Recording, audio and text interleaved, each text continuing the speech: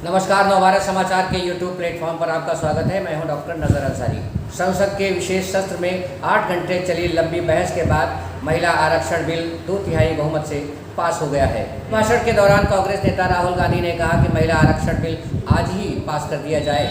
मतगणना और जातीय आंकड़े प्रस्तुत करने की बात उठाते हुए राहुल गांधी ने ओबीसी आरक्षण लागू करने की भी बात की। मेरा सरकार को एक सुझाव है, सबसे पहले ये जो महिला का बिल है इसको आप पास कीजिए, आज पास कीजिए, ये जो आपके लागू कीजिए।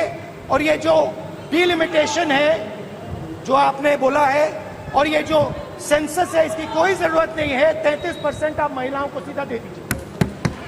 और दूसरी बात इसको बदलिए, इसको आप बदलिए। कैमरा नहीं है सर, कैमरा नहीं है, आपको ही दिखाएंगे सर, पूरा भाषण में आपको ही दिखाएंगे। ये आप बदलिए। ये जो लिस्ट है ये ओबीसी समाज का अपमान है। 90 लोग हिंदुस्तान के सेक्रेटरी हैं, उनमें से 3 लोग ओबीसी समाज के हैं। 5% बजट को कंट्रोल करते हैं। तो जल्दी से जल्दी आप कास्ट सेंसस कीजिए। जल्दी से जल्दी जो हमने कास्ट सेंसस किया था उसका डेटा आप रिलीज कीजिए, और अगर आप नहीं करेंगे तो हम कर डालेंगे। Thank you. सोनिया गांधी ने कहा कि अब क्यों लाया जा रहा है जब 2024 में लोकसभा का चुनाव होने जा रहा है। रसोई से लेकर रोशनी से जगमगाती हुई स्टेडियम तक भारत की स्त्री का सफर बहुत लंबा है, लेकिन आखिरकार उसने मंजिल को छू लिया है। अध्यक्ष महोदय, खुद मेरी जिंदगी का यह बहुत मार्मिक क्षण है।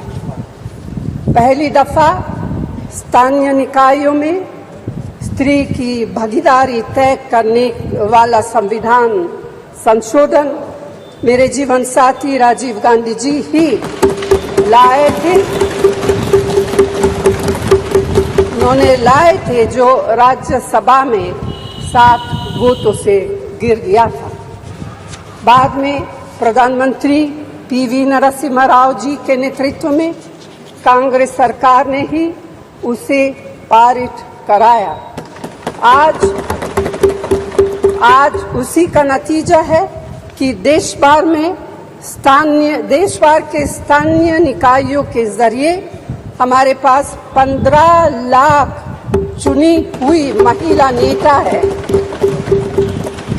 राजीव गांधी जी का सपना अभी तक आधा ही पूरा हुआ है।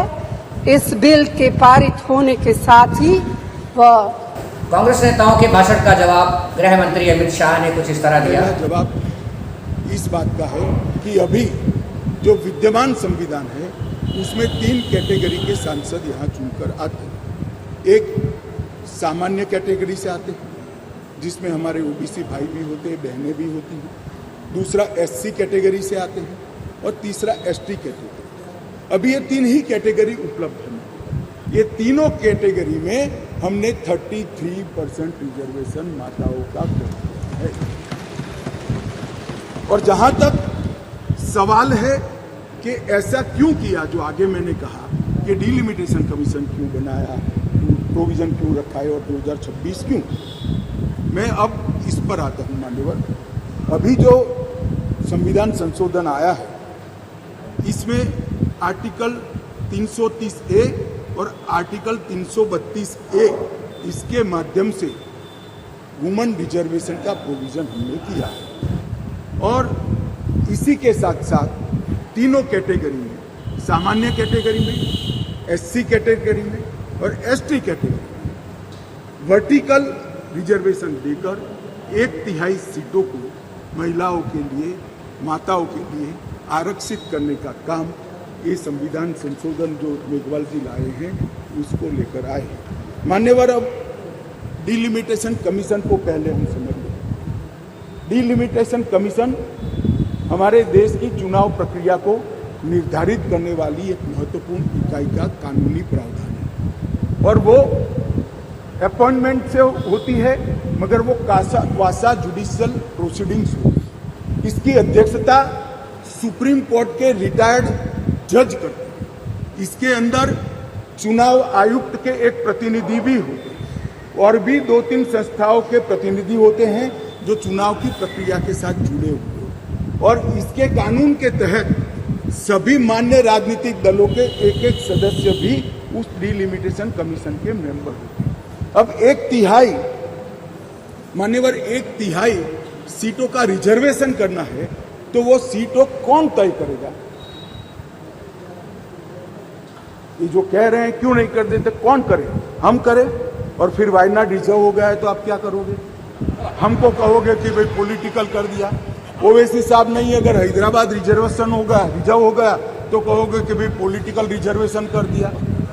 इसलिए ये बहुत अच्छा है कि ये डिलिमिटेशन कमीशन जो क्वासा जुडिशियल प्रोसीडिंग से चलता है, हर राज्य में जाकर, हर क्षेत्र में जाकर ओपन हियरिंग देकर ट्रांसपेरेंट पद्धति से इसका नीति निर्धारण करता है, वो डिलिमिटेशन कमीशन से इसका निर्धारण हो।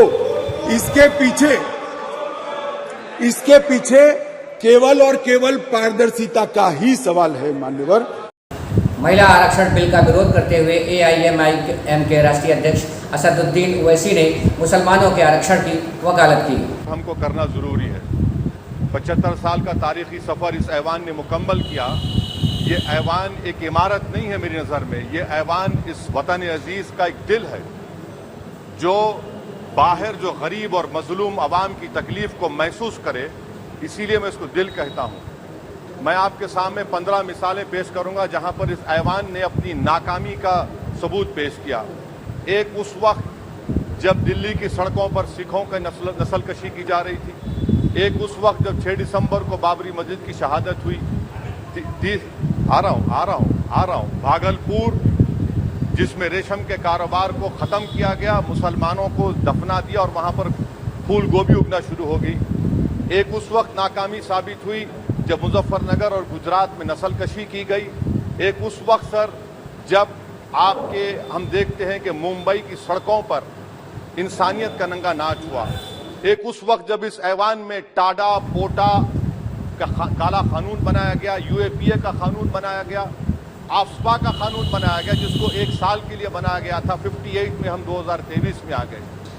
एक उस वक्त नाकामी साबित हुई जनाब जब हम देख रहे हैं कि आज ये जो दिल है, भारत का दिल है, हिंदुस्तान का, इंडिया का दिल है, आज गरीबों में, मजलूमों में, मुसलमानों में, कश्मीर की आवाम में, दलितों में, आदिवासियों में इस ऐवान की मोहब्बत और एतमाद खत्म हो रहा है, कम हो रहा है। इसीलिए जनता सड़कों पर आकर एहतजाज कर रही है क्योंकि उनको लग रहा है कि ये इमारत बन चुकी है, हमारा दिल नहीं है। चाहे CAA का प्रोटेस्ट हो, चाहे किसानों का प्रोटेस्ट हो, चाहे शेड्यूल कास्ट की रिजर्वेशन का मसला हो। इसीलिए मैं आपके जरिए हम तमाम को मुतनब्बे करना चाह रहा हूं कि अगर हम रोडों पर इंसाफ करना जनता को अलाउ करेंगे, इस ऐवान को दिल नहीं रखेंगे, तो याद रखिए ये हमारी पार्लियामानी जमहूरियत के लिए बड़ा नुकसानदेह साबित होगा।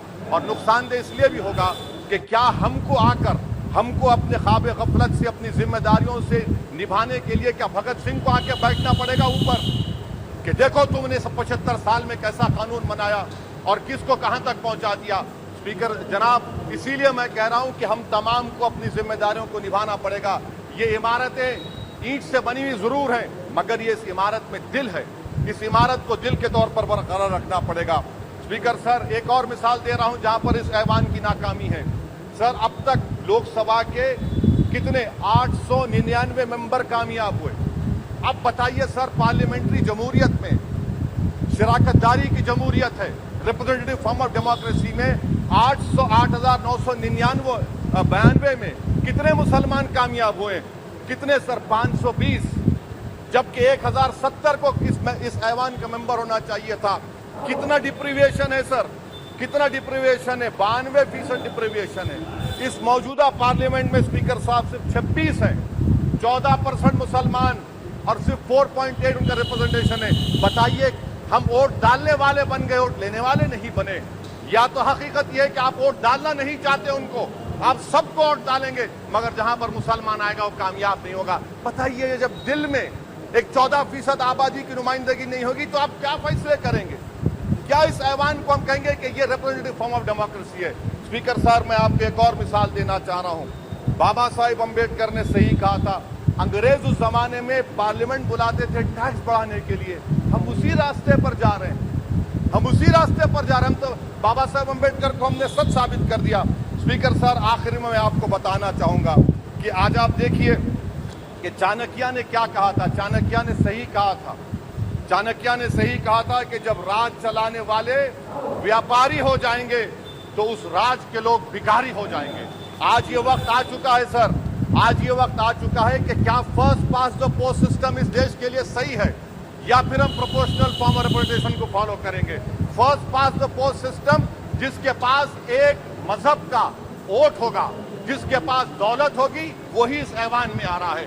इसीलिए हम कह रहे हैं कि आप इस जमहूरियत की नाक, कहीं ये जमहूरियत कमजोर ना हो जाए, मुझे इस बात का डर है सर। आखिर में मैं खत्म करने से पहले एक बहुत बड़े शायर ने कहा था, उस पर खत्म करना चाहूंगा कि अभी चिरागे सरे राह को कुछ खबर ही नहीं, अभी चिरागे सरे राह को कुछ खबर ही नहीं, अभी गिरानिए शब में कमी नहीं आई, अभी गिरानिए शब में कमी नहीं आई, निजात दीदे दिल की घड़ी नहीं आई, चले चलो कि मंजिल अभी नहीं आई। स्पीकर साहब, आखिर में याद रखिए एक बात को मैं सबसे कह रहा हूं कि पिच बदलने से गेम नहीं बदलता, गेम को बदलना पड़ेगा।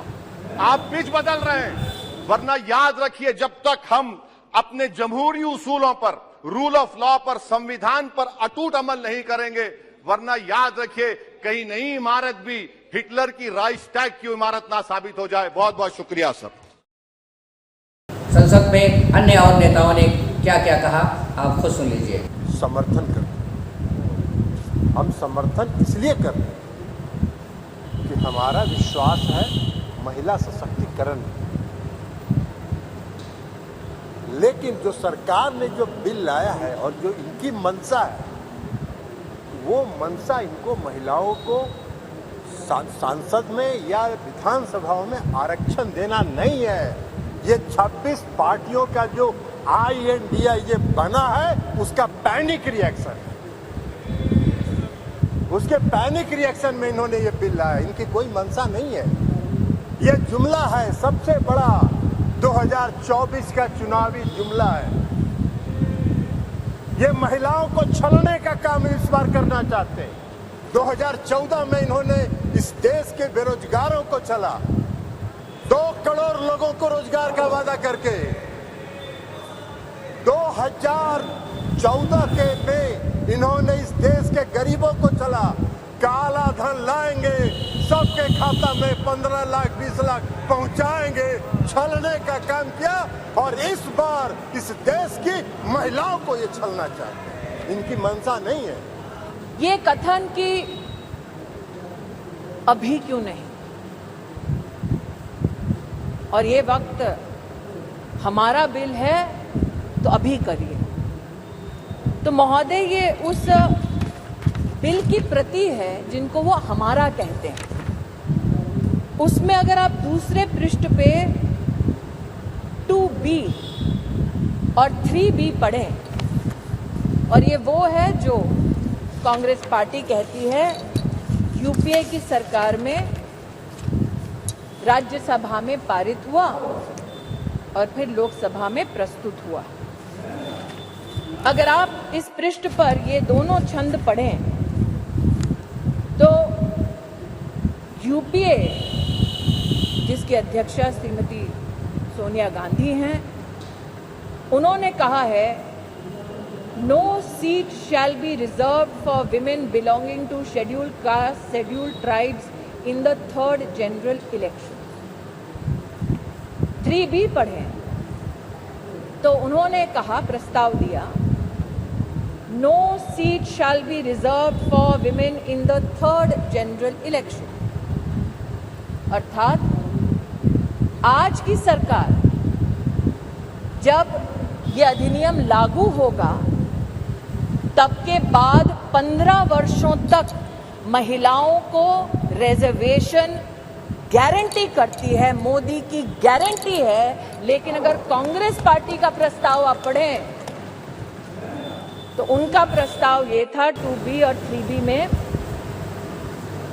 कि no seat shall be reserved for women in SC/STs in the third general election, no seat shall be reserved for women in the third general election. Congress का प्रस्ताव था कि 10 साल औरतें मेहनत करें, लेकिन 15वें साल में आपका अधिकार आपसे छीना जाएगा. It is both my pride and my shame that I stand here as a woman in India's parliament speaking on a women's reservation bill. It is my pride that I belong to the All India Trinamool Congress, a party that sends 37% women among its members to parliament. It is my chagrin that I belong to a Lok Sabha, a house of the people, that on aggregate has only 15% of its members as women, far below the global average of 26.5% and also below the Asian regional average of 21%. Within women parliamentarians, Muslims and Dalits have been consistently underrepresented. From 1952 to 2004, only 8 Muslim women were elected to India's parliament, to the Lok Sabha, many of who served multiple terms. In today's Lok Sabha, the 17th Lok Sabha, there are only 2 Muslim women members, both from West Bengal, both from the All India Trinamool Congress, I may add. We are being asked time and again, do we support the women's reservation bill? Trinamool Congress इस bill को support करेगा या नहीं? BJP's liaison members are reaching out to us, calling us, asking us to support this bill wholeheartedly. No ifs, no buts, पूरा support, please कीजिए.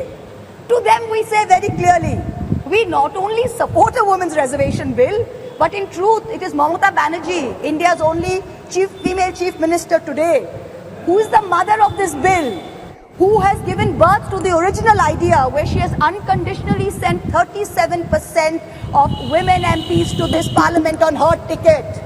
What you have brought here, what this government has brought here today is not a women's reservation bill. It is a women's reservation rescheduling bill and should be renamed as such. Bharat दुनिया का सबसे ज़्यादा आबादी वाला देश है और 142 करोड़ की आबादी में 70 करोड़ की आबादी महिलाओं की है. लेकिन बहुत चिंताजनक और दुर्भाग्यपूर्ण है कि आज भी हमारे लोकसभा में जो महिलाओं की भागीदारी है वो महज 14% है और राज्यसभा में केवल 11% है. 2024 का चुनाव है. सर्वदलीय बैठक में मैं सुन रही थी कई सारे हमारे साथी महिला आरक्षण विधेयक लाने की मांग कर रहे थे. तो अब मैं देखती हूँ एक अजीब स्थिति है कि अगर सरकार इस बिल को पेश नहीं करती तो आप कहते हैं कि आप तो महिला विरोधी हैं, आप तो महिला की चिंता नहीं करते, आप महिला के प्रतिवादा पूरा नहीं करते. और जब सरकार बिल ले आई है तो आप कहते हैं कि अभी 2024 के आप चुनाव को देखकर लाए हैं, चुनाव में इसका फायदा नहीं मिलेगा. अध्यक्ष जी, हर फैसला संसद में बैठकर किसी चुनाव को देखकर नहीं किया जाए. Sir, in a house of 543 MPs, it takes 78 of us who have fought thousands of men against thousands of men to eventually reach this house, sir. और जब पता लगा कि विमेन बिल आ रहा है, रिजर्वेशन बिल, तो इतनी एक्साइटमेंट देश में सबने वेलकम किया कि 75 साल बाद eventually we are getting our right. The hopes were built up till there, only to be dashed in 24 hours when the details came out that this reservation bill is going to come in after the census takes place, after delimitation. आपने promise किया है तो 9.5 साल आपको क्यों लग गए इधर लाते हुए? 9.5 साल आप क्या कर रहे थे? समाजवादी पार्टी की हमेशा से यह मांग रही है कि पिछड़ा वर्ग महिला तथा अल्पसंख्यक महिला को भी इसमें सम्मिलित किया जाए, इसमें उनको आरक्षण दिया जाए.